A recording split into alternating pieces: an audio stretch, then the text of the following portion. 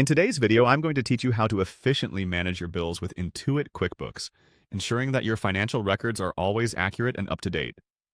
We'll cover the steps involved in creating and managing invoices, as well as how to process bill payments.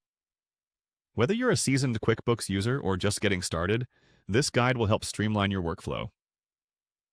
Let's dive in by navigating to the Invoices section of QuickBooks, which you can easily access by logging into your QuickBooks account and clicking on the Invoices tab. This section is crucial as it serves as the hub for managing your invoices, allowing you to track upcoming payments and send invoices to customers seamlessly. Once you're there, you'll notice a New button, generally located in the top right corner. Clicking on this button allows you to create a new invoice efficiently. It's a simple way to ensure that every transaction is recorded promptly.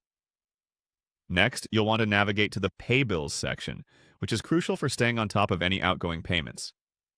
You can find this option under the Expenses tab. Once you're there, selecting the payment account will let you choose from your linked bank accounts. Picking the correct account ensures that the payment is directed from the right source, keeping your financial statements accurate.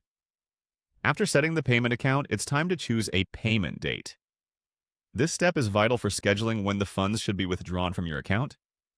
Consider setting it a few days in advance of the due date to avoid any late fees.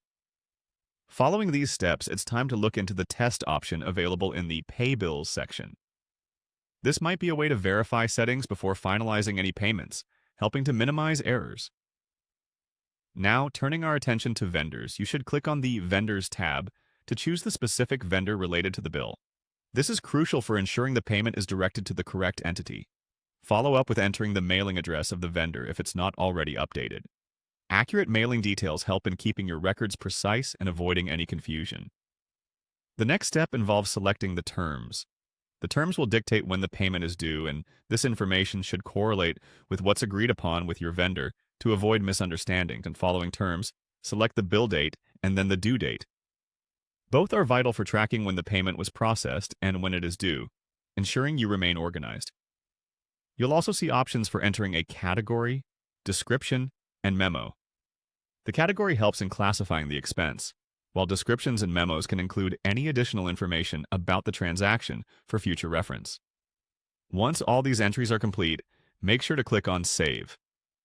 This final step confirms all the inputs, ensuring your records are safely stored and up to date. By following these steps, you can maintain accurate bookkeeping, manage transactions intuitively, and keep your financial obligations on track. Thanks for watching, and don't forget to subscribe for more QuickBooks tips and tutorials.